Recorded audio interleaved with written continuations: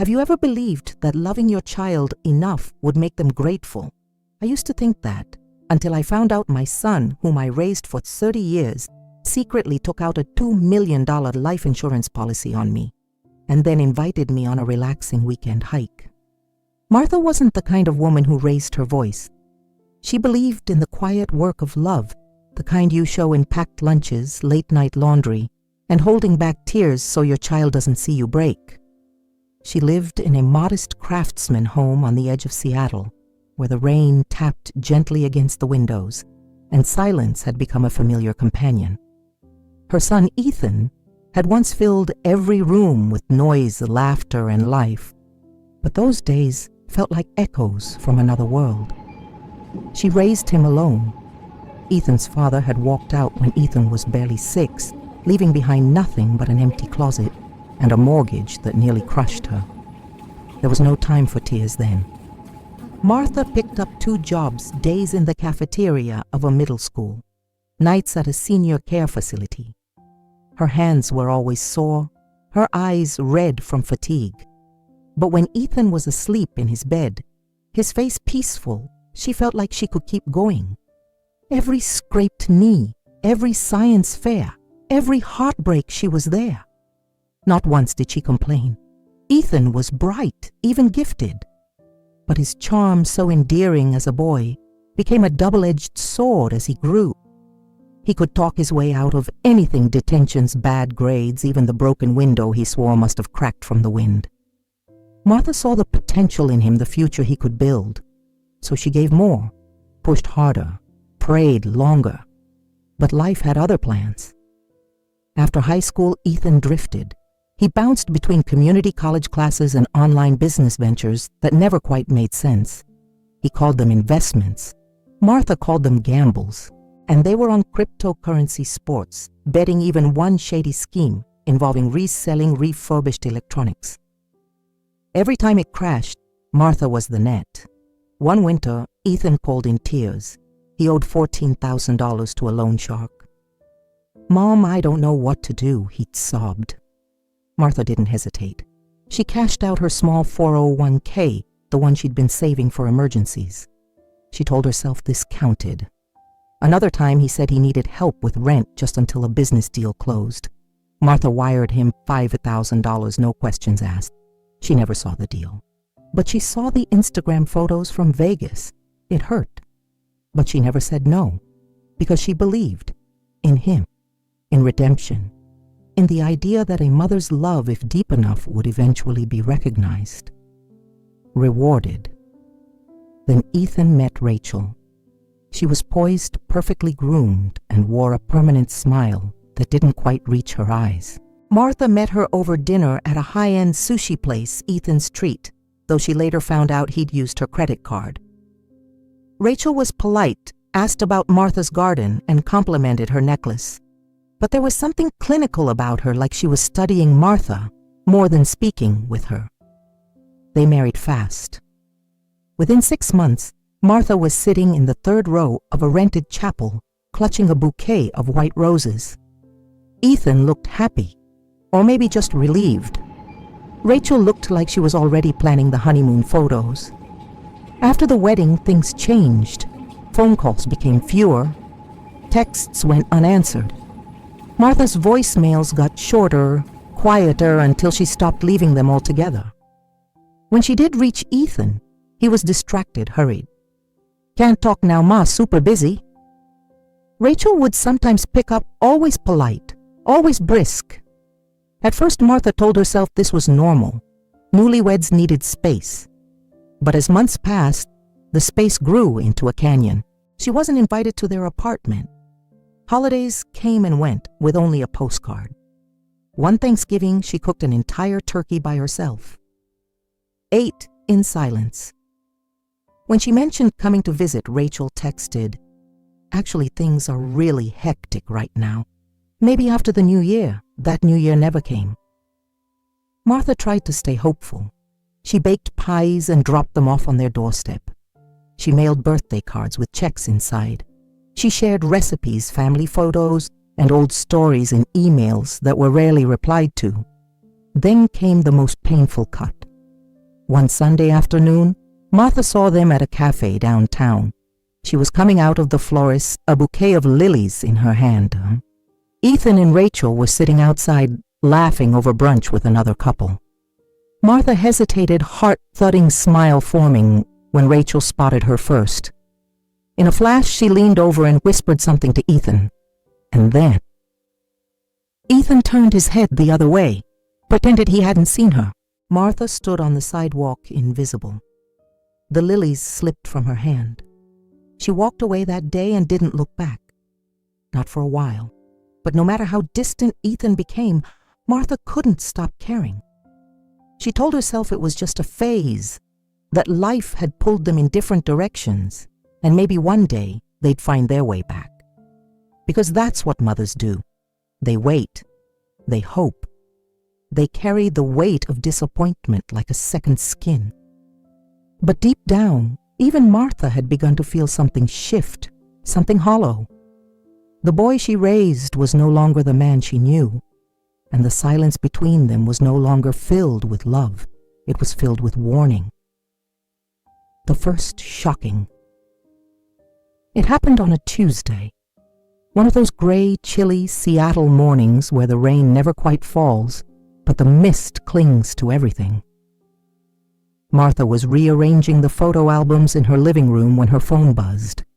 It was Ethan. Her heart fluttered. He hadn't called in months. She hesitated for a moment, her fingers brushing the faded edge of a baby photo, then answered. "Hi, honey." "Hey, Ma," Ethan's voice cracked, soft, almost tearful. "Do you have a minute? I need to talk to you about something important." She sat down slowly. "Of course, Ethan." "What's wrong?" A beat of silence. Then Rachel's pregnant. The words hung in the air like a firework that didn't explode. Martha's eyes filled with tears almost immediately. Her breath caught. "Oh my God, Ethan! That's wonderful!" "She's almost 3 months," he continued. "We were waiting to be sure. We wanted to tell you sooner, but things have been tight. Financially, yeah. Real bad, Ma. Rachel had to cut her hours. We've got checkups, prenatal vitamins, insurance deductibles, and the apartment we're thinking about moving to something safer, bigger. We're so happy, Ma, but I'm scared." His voice cracked again. "I don't want to be like Dad," he whispered. "I want to do this right." That was it. That one sentence, the rawness in his tone, the vulnerability shattered every wall Martha had tried to build around her heart. She'd waited so long to feel needed again, to be let in. That night she didn't sleep. She stayed up calculating what she could give. Her retirement was modest, but she still had the house. And in her savings account, a tidy sum she'd built slowly over decades. Money set aside for the what-ifs of life, hospital bills, roof leaks, maybe one day a small camper van to travel up the coast. The next morning, she went to the bank. The teller, a young woman with freckles and a kind smile, raised her eyebrows when Martha requested the transfer. "Are you sure, Ms. Henderson?" "I'm sure. $120 wired directly into Ethan's account. Tell Rachel to take care of herself," she told him over the phone. And Ethan, "Thank you for letting me be part of this." He promised he'd visit that weekend. "We'll bring over the sonogram," he said. "You'll love it." Martha baked lemon pound cake and pulled out the crocheted baby booties she'd been saving since Ethan was born. She spent an hour ironing the guest sheets. That Saturday, they came by in the late afternoon, bearing Chinese takeout and fake smiles. Rachel looked radiant, almost too radiant. Her hand rested delicately on her stomach, and she spoke in soft tones about morning sickness and nursery colors.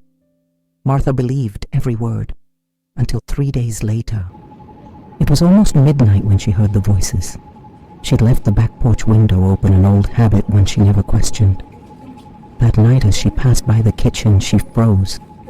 2 familiar voices drifted through the glass, low and laughing.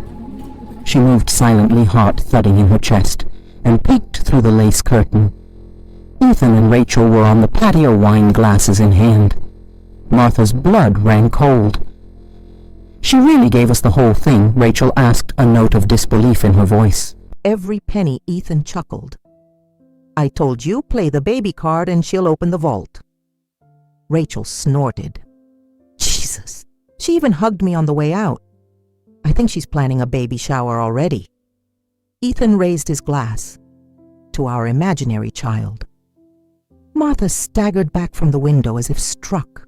She couldn't breathe. The room tilted.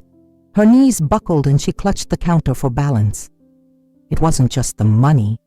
It was the betrayal, the manipulation, the cold, rehearsed cruelty in their voices. All those sleepless nights, all the sacrifices, all the faith she clung to, like a drowning woman swept away by two people who saw her not as a mother, not as family, but as a mark. She didn't cry. She didn't scream. She sat at the kitchen table for nearly an hour staring at nothing. The house was silent again. The only sound was the soft ticking of the old wall clock. Then slowly, deliberately, she stood. She went into her bedroom, pulled out the same leather-bound notebook she'd used when she paid off the mortgage, when she organized her retirement plan, when she buried her own mother. She opened it to a fresh page and wrote one word across the top: strategy. No more tears, no more second chances. They thought she was weak, old, alone. They had no idea who they were dealing with. That night she stayed up until dawn reading, researching, making calls to people she hadn't spoken to in years. She dug out old files, passwords, account histories. She made photocopies, backups. Quietly, thoroughly, she began to document everything. Bank transfers, text messages, calendar entries, voice memos. The betrayal had awakened something in her, a long-buried instinct, not just survival, precision. This wouldn't be a confrontation. It would be a reckoning, but not yet. Let them believe they had won. Let them relax. Let their guard down, because the next move would be hers. The plan unfolds. Spring crept into Seattle with its usual drama blooms exploding across lawns, sun teasing through clouds and birds returning like promises. But inside Martha's house, the air had grown colder by the day. Ethan's visits became regular again, not the warm, unannounced ones filled with hugs and chatter from years past, but sharp, calculated drop-ins, always with an agenda. He stopped pretending, no more empty affections. Rachel rarely joined him now. When she did, she barely acknowledged Martha's presence. One Thursday afternoon, Ethan arrived alone, crisp in a navy suit that looked suspiciously expensive. He didn't sit, just hovered near the dining table, running his fingers along the polished edge. "Ma, we need to talk about the house." Martha looked up from her gardening catalog, calm. "What about it?" He hesitated for just a second, then dove in. "It's not safe for you anymore. The stairs, the yard, the maintenance. I've talked to Rachel. We're thinking it's time you downsized." Downsized? Martha echoed her voice even. "There's a new senior living condo in Westlake. Super modern. Elevator access. They do your groceries and laundry. It's a good fit. And it's near a park." He laid a glossy brochure on the table like a salesman closing a pitch. "Ethan," she said, folding her hands, "are you saying you want me to move?" His mouth opened, then closed. "I'm saying it's time you let go of all this. The house is worth almost $900,000. That's wasted just sitting here. Rachel and I can put it to better use. We're planning for a family, remember?" He said it like a reminder, like she'd forgotten the lie he told to steal $120,000 from her. Martha smiled. "Just barely. And you want me to transfer the deed?" "Yeah. I mean, legally it's simpler if we handle the paperwork now. That way if anything happens, we don't have to deal with probate, right?" He was slick, using the same reasoning she'd once used when drawing up her own mother's living trust. Martha said nothing. He took her silence as weakness. And then Rachel came over. It was a Sunday golden light pouring through the kitchen windows. Martha was pulling a lemon tart from the oven when Rachel strolled in wearing sunglasses indoors and chewing gum like she was born bored. No offense, but this place smells like old people, Rachel said, wrinkling her nose. You ever think about a fresh start, new space? More freedom. Martha turned around slowly. What are you trying to say? Rachel leaned on the counter. Look, Ethan's too nice to say it, so I will. You're alone. You're slowing down. You don't need a house this big. And frankly, you're just in the way. She smiled like it was a compliment. We've already found movers, she added. They can pack you up by next week. Martha didn't blink. She let the silence stretch. Then she did something neither of them expected. She smiled. All right, she said gently. Maybe you're right. Rachel's eyes narrowed, suspicious. So you'll move, I'll think about it. But in her mind, something clicked into place. Not fear, not sadness, calculation. Later that night, Martha walked through her home in the dark, one room at a time. Her fingers brushed along the picture frames, Ethan's graduation, his first Halloween, the painting he made in 4th grade of their house. She stood at the threshold of each room like a commander surveying a battlefield. They wanted her to leave fine. She'd leave them something to remember. Over the next few weeks, Martha played her role perfectly. She asked Ethan to help her find a real estate lawyer. She laughed with Rachel about floor plans at a retirement complex. She let them believe they were winning. What they didn't know was that while they were planning her exit, she was building her case. She had already created a secondary email under a pseudonym. She subscribed to property records. She began forwarding all conversations with Ethan and Rachel to that account, every call summary, every document he casually dropped on her table. She even recorded their conversations disguised as casual voice memos. Then she called an old friend, Linda, a retired probate attorney, who owed Martha more than a few favors. Over tea, Martha laid everything out.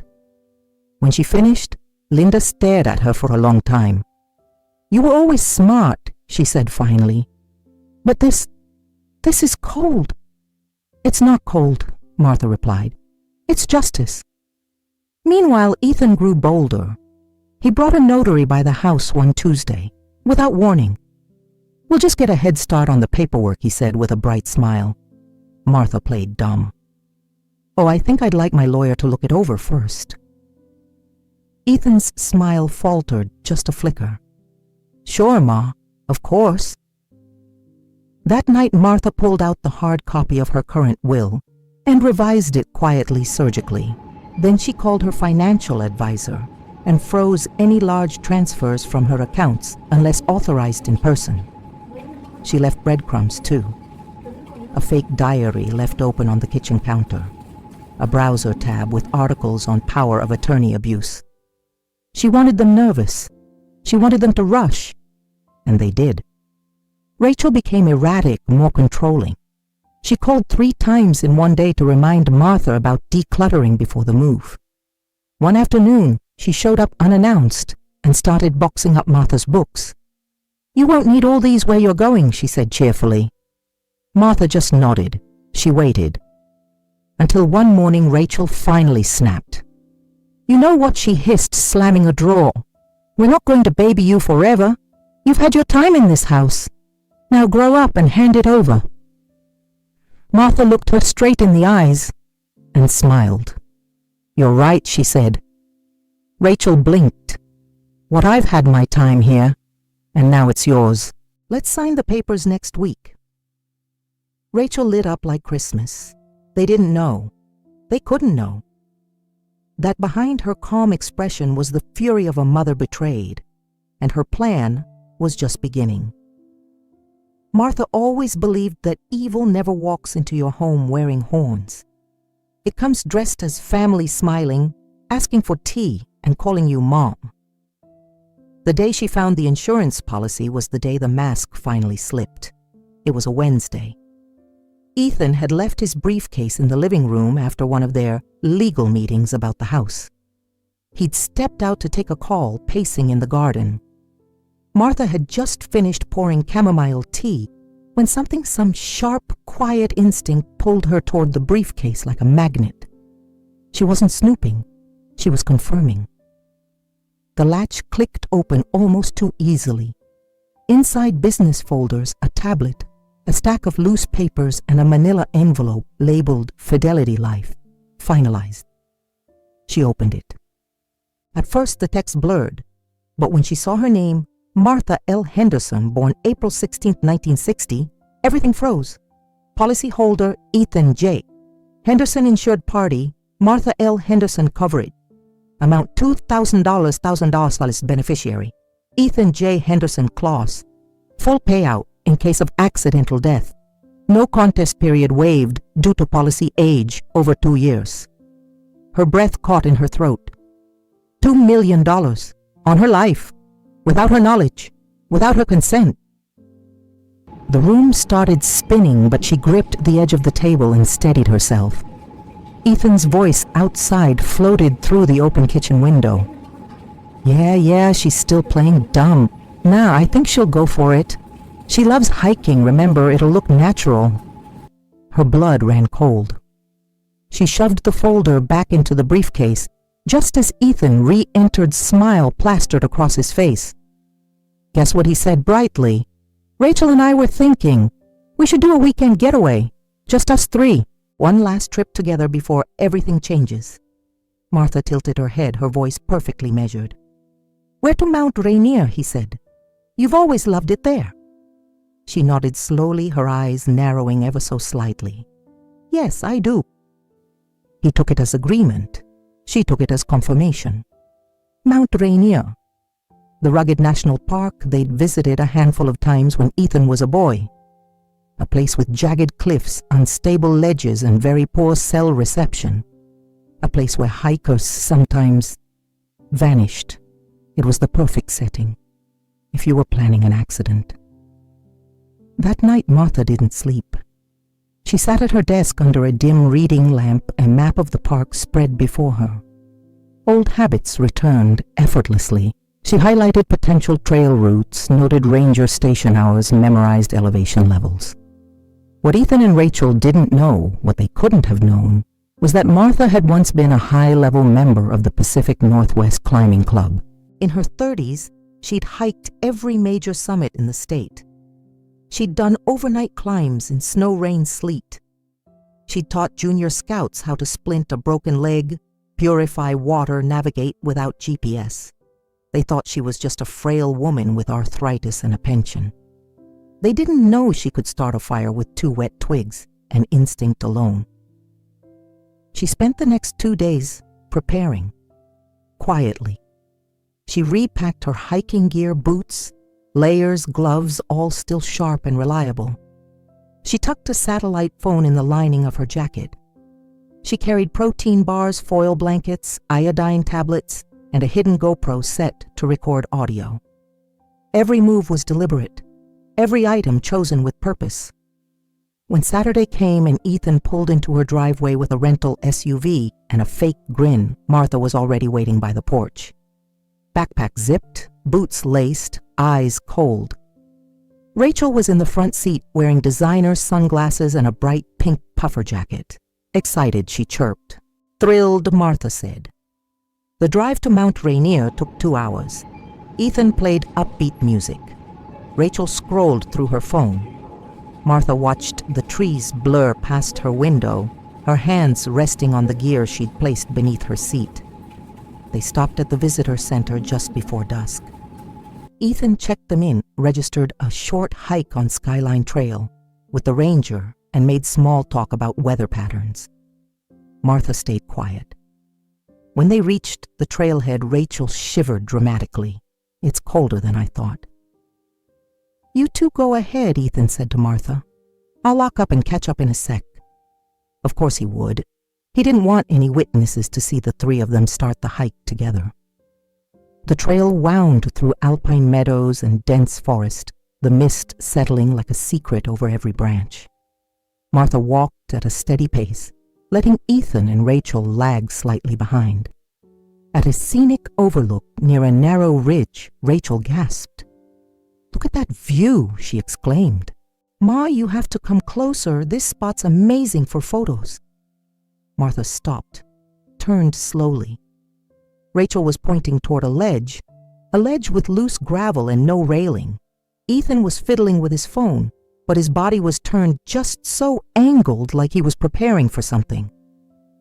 Martha took a step forward, then another.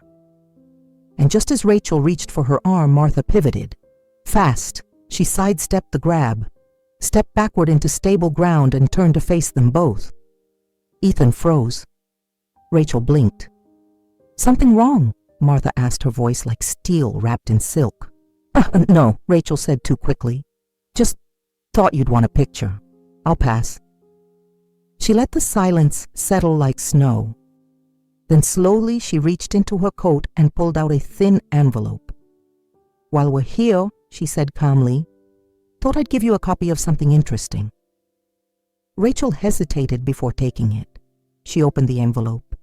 Inside, a copy of the insurance policy and a sticky note that read, "I know." Ethan lunged forward. "Where did you get that I have eyes?" "Ethan," Martha said softly, "and apparently more brains than both of you combined." They stood frozen. "Let's go back to the car," she said, "before someone really does fall." For the next 20 minutes they hiked in silence. Rachel glanced back often. Ethan's face was pale. Martha walked steadily, her heart pounding, but not from fear, from control. She now held all the cards. She'd let them dig their own grave, and they were just starting to realize they were the ones standing at the edge. The forest was quiet when they returned to the car. The kind of silence that doesn't feel peaceful, but loaded. Ethan fumbled with the keys. Rachel pretended to scroll her phone, her hands trembling slightly. Martha climbed into the back seat, her eyes fixed on the tree line as if she were just taking in the view. No one said a word. That night they stopped at a rustic Airbnb cabin Ethan had booked near the edge of the park. It was charming wood-paneled walls, a stone fireplace, and just isolated enough that no one would hear a scream. Ethan lit a fire. Rachel uncorked wine. Martha offered dessert. "I baked something for us," she said sweetly, pulling a small container from her bag. "An old family recipe, lemon poppy seed tea cake. Thought it'd be nice for the occasion." Rachel's eyes lit up. Martha noticed she always had a sweet tooth when she wasn't plotting murder. Ethan hesitated but took a slice too. "Didn't know you had time to bake." "I make time," Martha said, her voice soft and distant. They ate slowly. Martha didn't touch her piece. 10 minutes later, Rachel blinked hard. "I'm tired all of a sudden." "Me too," Ethan said, rubbing his eyes. "That hike really wore me out." Their bodies slumped before they could make it to the sofa. Martha stood over them, still calm, still precise. The sedative was light, harmless, meant to disorient, not endanger. Just enough to cloud memory, just enough to draw out the truth. She pulled the voice recorder from her jacket, set it on the coffee table. Then she positioned herself near the fireplace, carefully, deliberately on the edge of a low step. She adjusted a cushion beneath her back. When they woke up, she would be on the floor. Just another accident. It didn't take long. Ethan stirred first. His voice was groggy, his body heavy. "What?" Then Rachel groaned, clutching her head. "What time is it?" she mumbled. Martha whimpered. Both heads snapped toward her. Mom, Ethan crawled forward. She blinked at him slowly, then looked around the room like she didn't recognize it. "Where am I?" she whispered. Rachel exchanged a glance with Ethan, confused, then alarmed. "You fainted," Ethan said quickly. You hit your head." Martha flinched, then clutched her temples. Rachel knelt beside her. "Do you remember anything?" She shook her head. "I remember the hike, but then I was dizzy.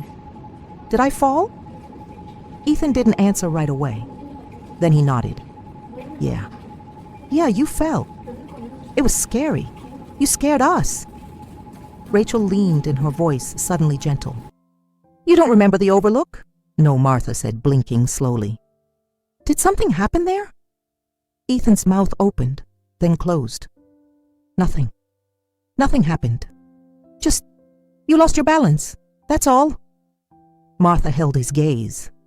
The recorder kept running, blinking red. Over the next hour, she played her part beautifully.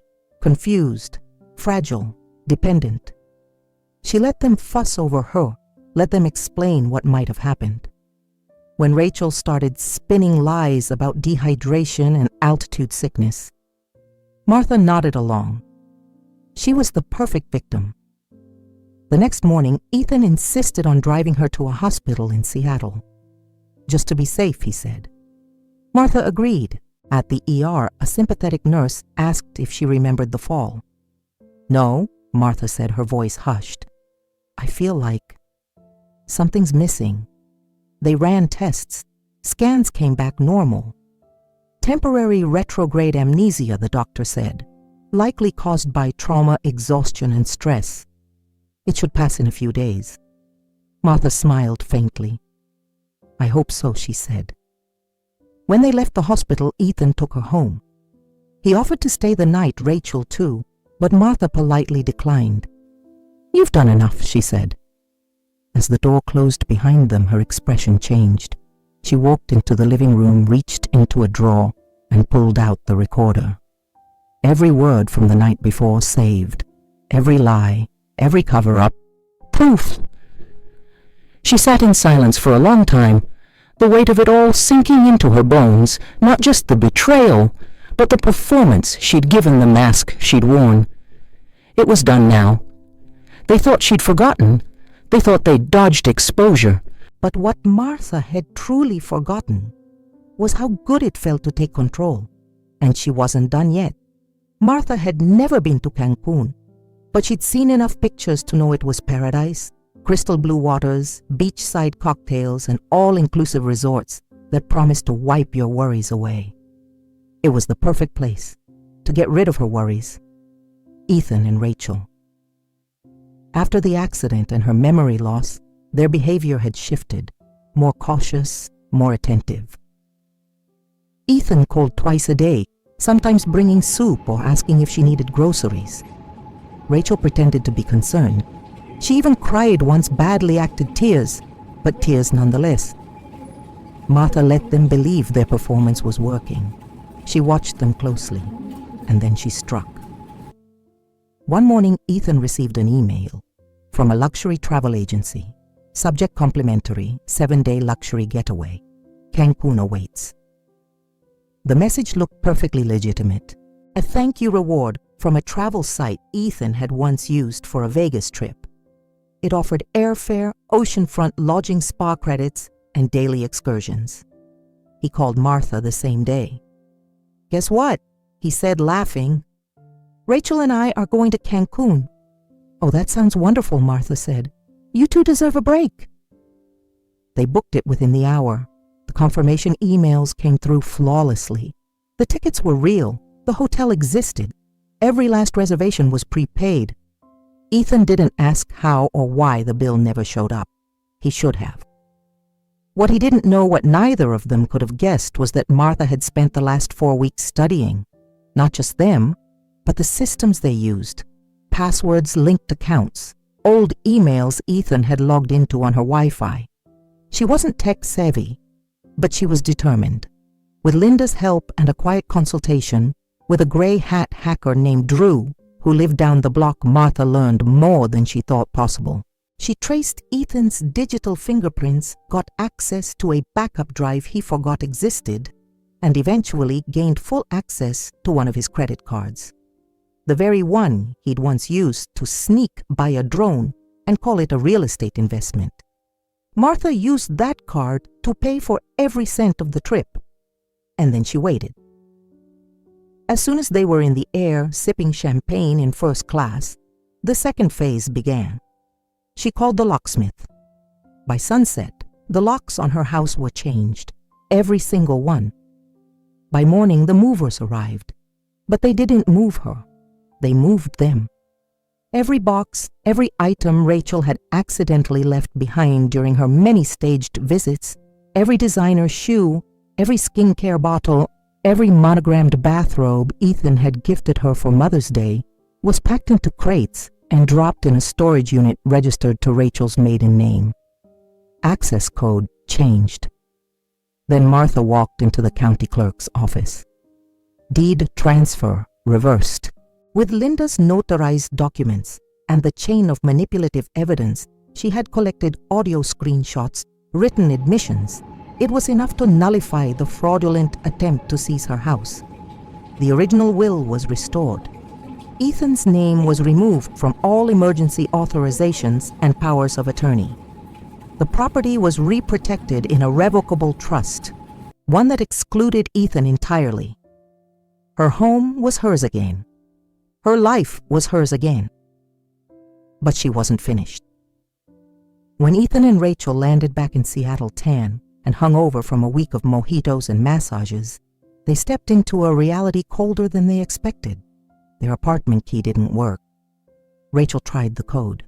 Nothing. They called the landlord. "Oh," he said casually, "we got a call you were vacating. Movers came 3 days ago. Everything was cleared. Moved where Ethan asked, panic rising. Storage. Someplace in South Hill." Ethan's phone buzzed. One new message. From Martha. Just an address and a note: "I suggest you wear something warm." They arrived at the storage facility 20 minutes later. The manager handed them the access code with a raised eyebrow. "Paid in full for 6 months. No returns. You'll find everything in Unit 114. Inside their stuff. Just their stuff. No notes, no apology," until they got home. At Ethan's apartment, an envelope had been taped to the door. Inside, a crisp typed document. Invoice, reservices and support provided to Mr. Ethan Henderson and Mrs. Rachel Henderson, billed by Martha L. Henderson. Every line was accounted for. Emergency loan fraudulently acquired $120,000. Legal consultation and reversal of property fraud, $4,500. Security system update and lock replacement, $3,200. Storage rental for items no longer welcome, $1,800. Domestic psychological trauma, emotional labor, gaslighting mitigation, $500,000 noted as negotiable. Total due $629,500. Due date immediate. At the bottom, a single sentence. "This is the last time I'll clean up after you." Ethan stared at it for a long time. Rachel broke first. She tore the paper in half, then in quarters, then hurled it across the hallway. "She's bluffing. This is insane," but Ethan knew better. He sat down on the curb, silent. For the first time in years, he looked small, defeated. He reached for his phone, ready to call her, but stopped, because deep down, he already knew she wouldn't answer. The envelope was thin, just one sheet of paper inside, but its weight could crush a lifetime of lies. Martha placed it gently on the table between them, like setting down a chess piece in the final move of a long, calculated game. Ethan stared at it. Rachel glanced from the envelope to Martha's face, searching for something: hesitation, guilt, a crack in her calm. There was none. "What is this?" Ethan asked, already knowing it was bad. Martha folded her hands. "It's a DNA report." Rachel laughed nervously, sharply. "You gotta test why that's insane." "Open it," Martha said, voice steady. Ethan reached for it, hands trembling slightly. He read in silence. Lines of clinical text, identification numbers, legal language, and one bold line centered in the middle of the page. Probability of maternity 0.0%. He looked up, eyes wide. "What is this?" he whispered. "It's the truth," Martha said softly. "You're not my biological son." Rachel's mouth dropped open. Ethan looked like he'd been slapped. "That's not possible." "Oh, it's entirely possible." Martha said, her tone still gentle but firm. "I raised you. I loved you, but you were never mine by blood." She stood up and walked to the window, pausing there for a moment before continuing. "I met you when you were 3. Your father, my husband, at the time was having an affair. I didn't know, not at first. But when the woman died in a car crash, she left behind a child. You." She turned, meeting Ethan's eyes. "I should have left him. I should have walked away. But when I saw you, you had no one, no home, no family, just a suitcase and eyes too old for your age." Rachel sank into the chair, pale. Martha stepped forward again, slow and deliberate. "He begged me to take you in to raise you like you were mine. Said it was only temporary. But you cried every night. You called me Mama by the end of the month. And that was it. I stayed." She exhaled. "I stayed longer than he did. He walked out 2 years later. You were 5. Ethan's face was a storm, shock, anger, confusion, guilt, all fighting for dominance. "I never told you." Martha continued because it didn't matter to me. "You were my son as far as I was concerned. But when you tried to erase me, steal from me, scheme against me, endanger me, I realized I needed to remember the truth." She slid a second document across the table. Legal, simple. Petition to remove informal adoption acknowledgement. I've officially rescinded all guardianship and inheritance assumptions. You are no longer listed as my dependent nor my heir. You have no legal claim to me or anything I own." Rachel gasped. "You can't, I just did," Martha interrupted. Then she turned to Rachel with a look that could slice glass. "I hope the trip was nice. I hope the wine was cold and the sun was warm, because that's all you'll ever get." Rachel stood unsteady. You used us." "No," Martha said. "I saved you. I gave you a chance to be decent. You turned it into an opportunity to be greedy." She looked back at Ethan one last time. He hadn't spoken. He just sat there numb. "I loved you like you were mine," she said quietly. "But love is not a blank check, and family isn't an excuse for betrayal." Rachel finally found her voice cracked and shaking.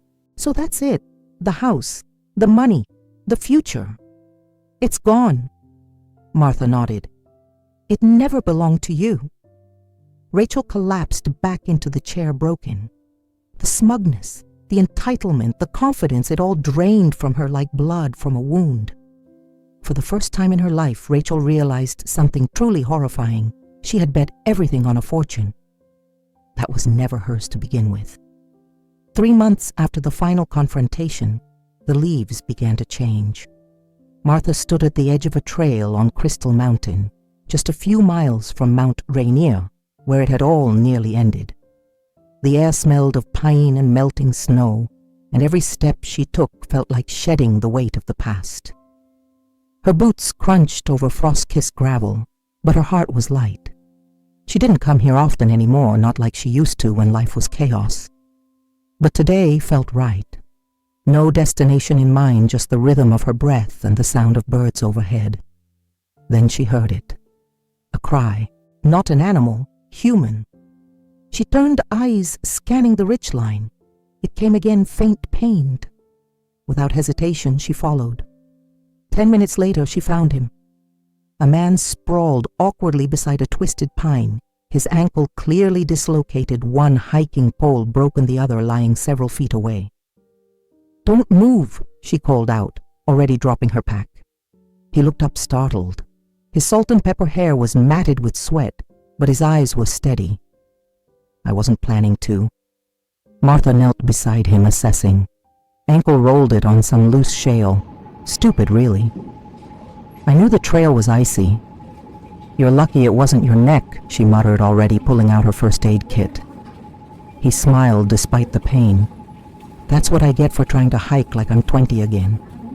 "Be still," she said more gently now. She wrapped the ankle with swift, practiced motions, then fashioned a makeshift splint with the broken pole. "You've done this before," he noted, once or twice. He extended a hand. "Thomas Bennett." She hesitated, then took it. "Martha Henderson." "Remind me to send you flowers later," he said, wincing as she adjusted the brace. By the time rescue arrived, called in through Martha's satellite phone, they'd shared 3 protein bars, 2 stories about failed marriages, and a surprising laugh over bad hospital food. She thought that would be the end of it, but it wasn't. Thomas emailed her 3 days later, thanked her again, invited her to coffee when you're not too busy saving the wilderness. Martha almost deleted it. Almost. Instead, she replied, "Only if the coffee's black and the conversation better than the view." It was, and so was the next time, and the one after that. She learned Thomas was the CEO of an investment firm, but hated Wall Street suits. He used to race motorcycles. He once adopted a 3-legged cat.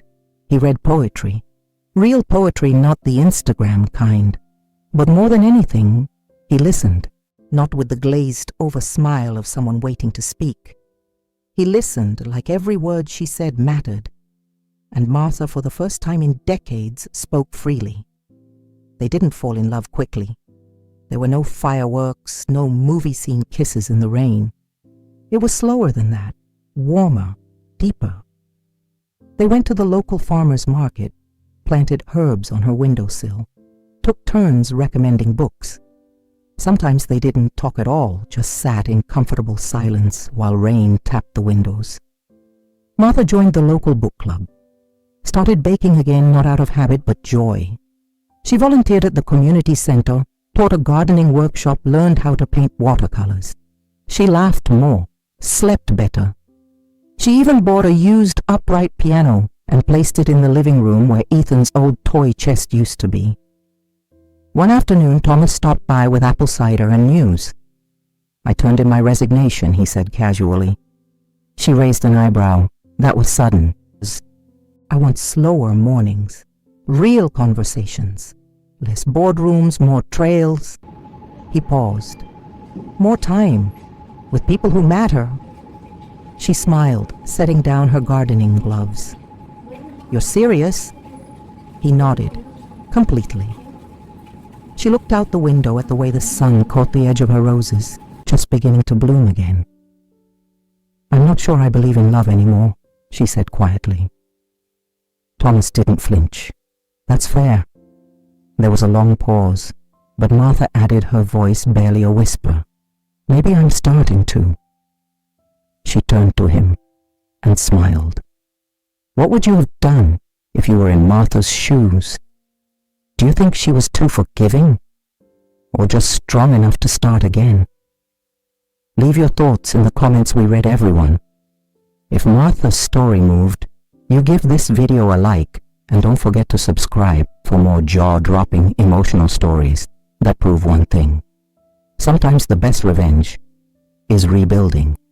Turn on notifications so you never miss the next twist.